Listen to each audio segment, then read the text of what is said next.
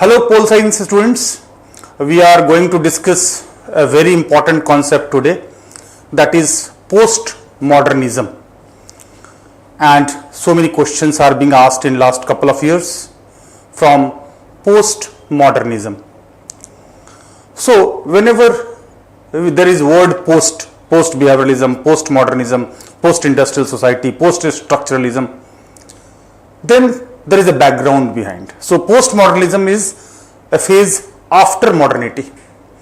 So you know that modernity or modernization started with Renaissance, Reformation, scientific inventions, then Glorious Revolution, Industrial Revolution, American Revolution, French Revolution, and so on. So modernity emerged in reaction to feudal age, dark age of Europe, 500 to 1200 AD, feudal age, dark age. There was authority of religion, there was superstition, there was political fragmentation, there was no secular polity. But modernity came with rationality, humanism, scientific approach, nationalism, capitalism, and so on. So there is authority of science in modern period, but postmodernism formally developed after Second World War, after 1945. Modernity emerged in Western Europe. Postmodernism emerged from France. As you know, France itself was attacked by Nazi Germany during Second World War. So there was philosophical churning in France, and there are various French thinkers who are associated with postmodernism, be it J. Derrida, be it Lyotard, be it Michel Foucault or Foucault. So they are names associated with postmodernism. In modernism, there was structuralism, means there was binary division of good and evil, right and wrong, true and false, the primacy of speech over writing. So there were certain assumptions regarding truth. But postmodernism is post-structuralism.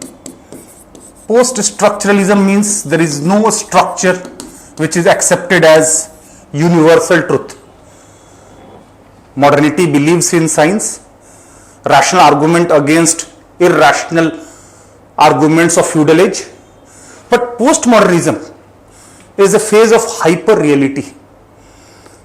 In hyper-globalization, our values, our beliefs, our perceptions, our orientations, our thought, our connotation of truth has changed, has become fluid. So it is a phase of hyper-reality, post-structuralism. There is no primacy of one over the other. There is nothing like universal truth. Although sporadic ideas of postmodernism were existing earlier also. Like Buddha also says that there is nothing static like Atma or soul. Life is just like river water. Every moment there is a change. Postmodernism also believes that there is change. No particular concept or idea or writing or notion or even discoveries are permanent. That keep on evolving. There is nothing like universal truth. Even Jainism believes in Shayadvad. There is nothing like absolute truth. So those sporadic ideas were there even before. Even 19th century, J.S. Mill gave truth principle in which he claimed there is nothing like absolute truth. Every truth has element of untruth and every untruth has element of truth. One individual may be right, whole world may be wrong. He gave example of Socrates, Galileo, and Jesus Christ. They were individuals, they were right. So sporadic ideas were there. And father of postmodernism is Nietzsche. Nietzsche, who talked about will for power. Will for power is more than will for life. He claims that God is dead. He claims that there is nothing like right and wrong. It's all about power equations. Those who are dominant, they establish a narrative of rightful thing. They establish discourse or narrative or paradigm, set of ideas or beliefs which are created, which are shaped, which are indoctrinated. So, postmodernism claims that there is no discovery of truth, but there is invention of truth. Means truth is based on power equations. Those who become dominant, those who win, they create regimes of truth. There is nothing like absolute truth. So, Nietzsche claimed that there are two intoxicants in Western world. One was Christianity, another was alcohol. Nietzsche says that does not kill me, makes me stronger. So Nietzsche in the time period 1844 to 1900 of Germany is considered to be father of postmodernism, because he claimed that will for power, will for knowledge, and knowledge is the power. So traditionally in modern concept there is hierarchy of knowledge. In modern concept, power is considered to be in terms of command and obedience relationship. But in postmodernism, there is no hierarchy of knowledge. It is being claimed that even a theory is proved by thousands of experiments and observation, but there is still a possibility that it can be proved wrong by next experiment. So every reality is fragile, fluid, and there is nothing like absolute truth. There is nothing like universality. So postmodernism is anti-foundational, post-structuralism. In industrial society, modern society was based on industrial society, binary divisions. Industrial society, modern society. Capitalist society, modern society. Structuralism. But it is post-industrial society. In industrial society, there was application of ideology. Like liberalism was ideology to support capitalism, wealth creation. Socialism, Marxism emerged in 19th century to mobilize support of masses, working class. That was the phase of industrial society where ideology was working well for mobilization. But this is post-industrial society, postmodernism, post-industrial, post-capitalist, anti-foundational, post-structuralism, no hierarchy of knowledge. Here there is authority of discourse, narratives, paradigm, which is created, not invented or not discovered. So there is nothing like truth which we have to discover, but we have to invent, we have to create the truth, regimes of truth. So this claims billions of truth. Billions of truth. Industrial society was based on specialization of labor. Post-industrial society is based on super specialization. In modern period, we see command-obedience relationship for power. While post-industrial society or post-industrial modernism, Michael Foucault claimed that power comes from everywhere, power goes everywhere, it is not confined to the state and institutions. It is just like capillary. Power is based on experience-based applied knowledge, not only knowledge. So knowledge was being focused in modern society, in post-modern society, experience-based applied knowledge. It is contextual approach, not textual. In physical science, Einstein theory of relativity claimed that Newtonian physics is correct only in certain circumstances for body particles, for bodies. But for subatomic particles, electron, proton, neutron, Newtonian physics will not work on proton, neutron, electron, positron, pi meson, God particle. Newtonian physics of inertia and law of motion will not work. So postmodernism believes in contextual approach, frame of reference. From which frame you are seeing the things, from which glass you are seeing the things, from which filter you are seeing the things. Your way of seeing a thing is based on your culture, your society, your context, your socialization. So different people have different experiences. So the truth, the experience of truth will also be different for different people. The reality would be different for different people. So here there was reality, here there was hyper reality. Here universal moral principles or universal truth, here fluid truth, billions of truth, democratization of truth. In industrial phase, we see meta narratives or mega narratives,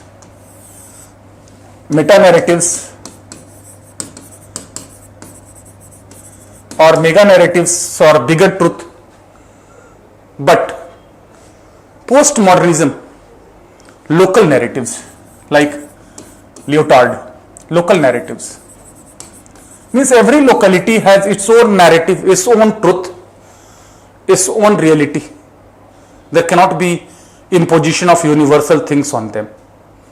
So plurality, diversity, intersectionality, anti-foundational, post-structuralism, post-industrialism, industrial society, hyper-reality.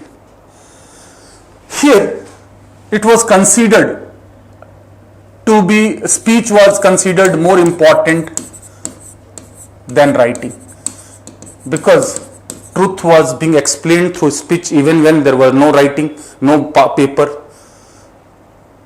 So there is primacy of one over the other. This is called logocentrism.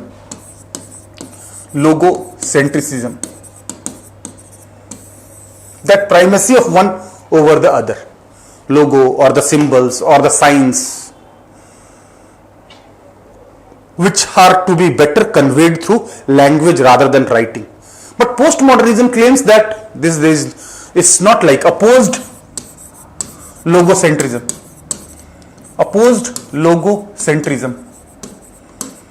There is no primacy of language or speech over the writing, because there are limitations in speaking also.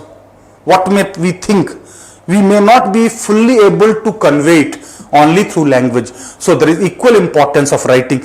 In situation, it is context. We cannot say that anything is permanent. So postmodernism is based on end of ideology.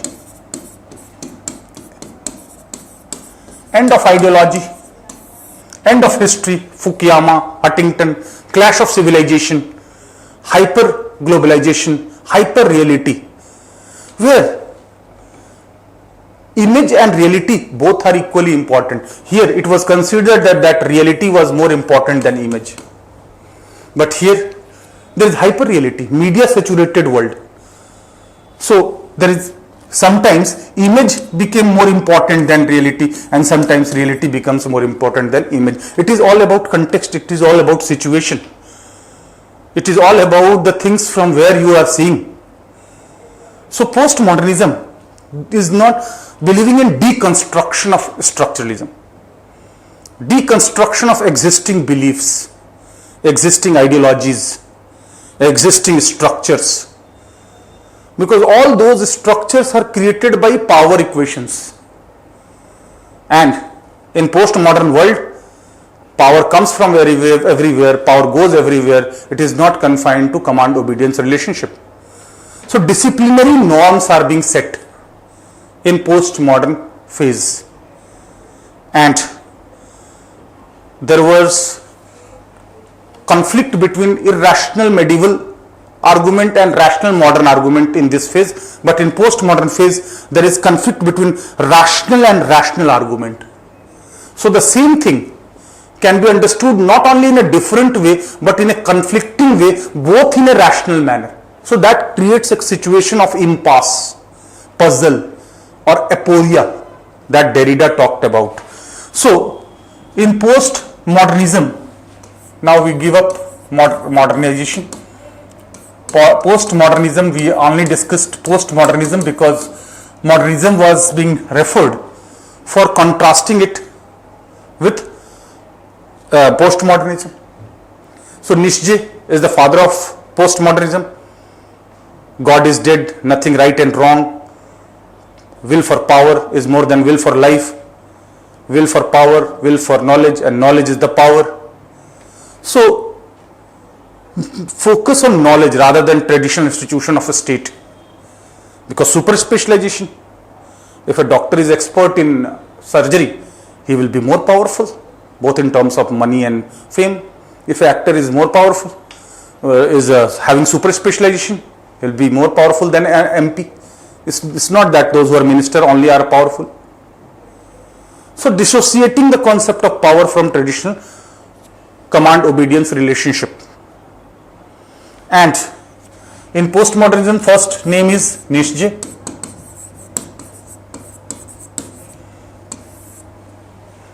Who talks about Superman, willpower. Partly his concept inspired fascism also. His time period was 1844 to 1900.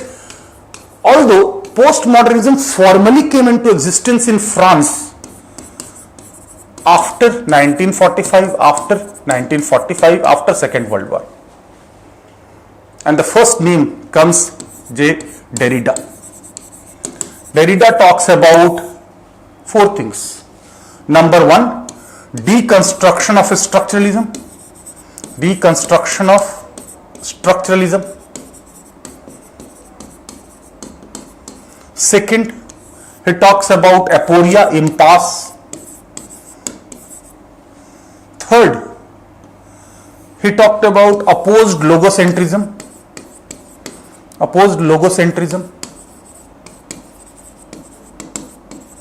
And fourth, difference.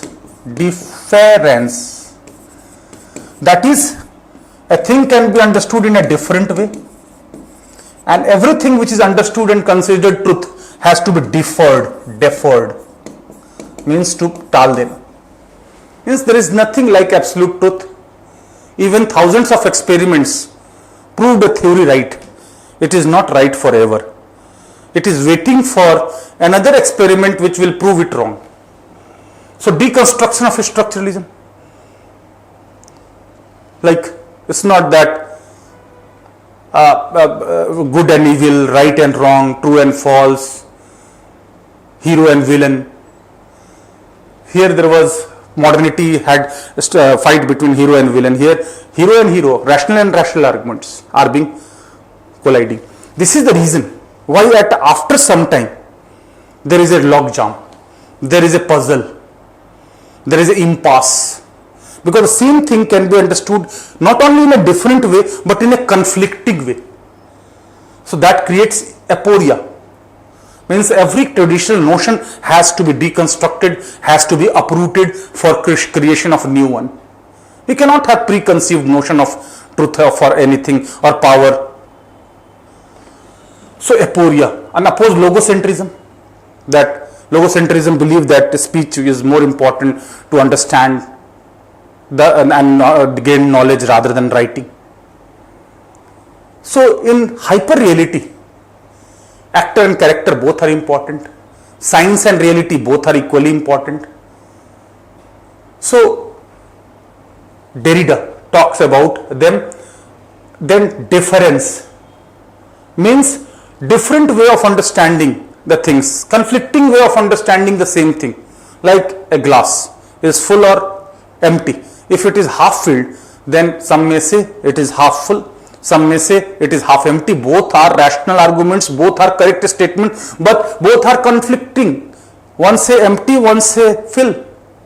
So that is aporia. So impasse. We cannot move beyond that. So if we cannot move beyond that, the traditional notion has to be deconstructed.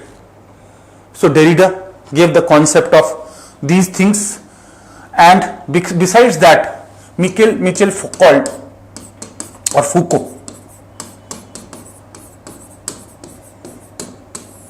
he talked about experience-based applied knowledge. He talked about hyper-reality.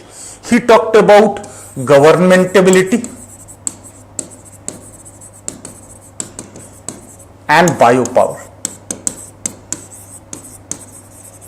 Governmentality is not involving only government and formal institutions. Power is exercised through web of things like institutions, discourse, ideas, narratives, paradigms, disciplinary norms. So this talks about disciplinary norms, how power is exercised. You will be seeing even Bentham, who was a 18th century thinker, utilitarian thinker, talked about panopticon semicircular jail, where one jail staff will be controlling large number of prisoners, not because of physical presence, not because of command obedience relationship, because of disciplinary norms, that every prisoner is thinking that I am being watched. So self-regulation, self-restraint, this is how disciplinary power is exercised. So Foucault's scheme says that power comes from everywhere, power goes everywhere. Disciplinary norms for individual and biopower for population. Be it a school, be it hospital, be it social gathering, or be it meeting, or be it public meeting, there also it is being exercised. So they are all based on power equations. So power equations determine what is right and what is wrong, what is desirable, what is undesirable. It appears on surface that it is being justified, but it is all power which helps in justification and proving it right. So there is nothing like right and wrong, as Nietzsche said. So Michel Foucault, Derrida, Lyotard, who talked about local narratives, not grand narratives or meta narratives. And in postmodernism, multiple identities are there, not singular identities, multiple identities. Whether your identity is based on religion, caste, race, color, region, language, nation. So multiple identities. This is the reason why things are being blurred. So again I said, it's not textual approach, it is contextual approach, it is frame of reference. Everything is to be seen from a particular frame of reference, from particular perspective. Whether it's power, whether it's ideas, whether it's discourse, whether it's narrative, whether it's individual behavior, whether it's behavior of the group, whether it's disciplinary norms, whether it's values, whether it's beliefs, whether it's orientations, everything is fragile. There is liquid, means truth is just liquid, not static and frozen. There is so much dynamism, there are so much faster changes, that everything is changing very fast in post-modernism. So non-universality, anti-foundational, post-structuralism, post-capitalist society, post-industrial society, end of ideology, and the end of ideology, because ideology was working better in class divided society. Like whenever there was industrial society, the working class developed consciousness, and class in itself became class for itself, higher level of consciousness, and then revolution against system. That was there in modern period. But in post-modern period, the things have been so much blurred. There is no binary division. Even working class condition has improved. Even welfare state has come. Even harmony between corporate and working class has been worked out. Media has created a narrative of growth, prosperity. So all these taken together create post-modern society. So I hope you might have understood this topic. This is very, very important topic. Thank you.